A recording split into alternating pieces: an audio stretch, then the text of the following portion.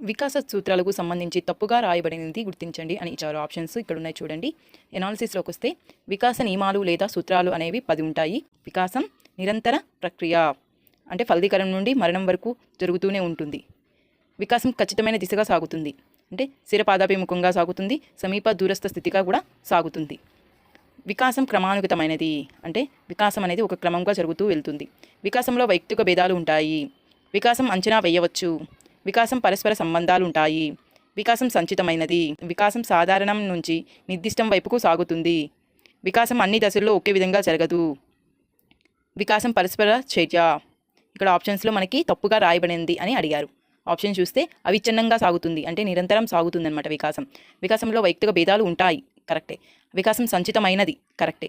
వికాసాన్ని ప్రాగుక్తీకరించలేము, అంటే వికాసాన్ని మనం అంచనా వేయవచ్చు, కానీ ఇక్కడ ఏంటి, ఇంచలేము అని ఇచ్చారు. ఆప్షన్ డి అనేది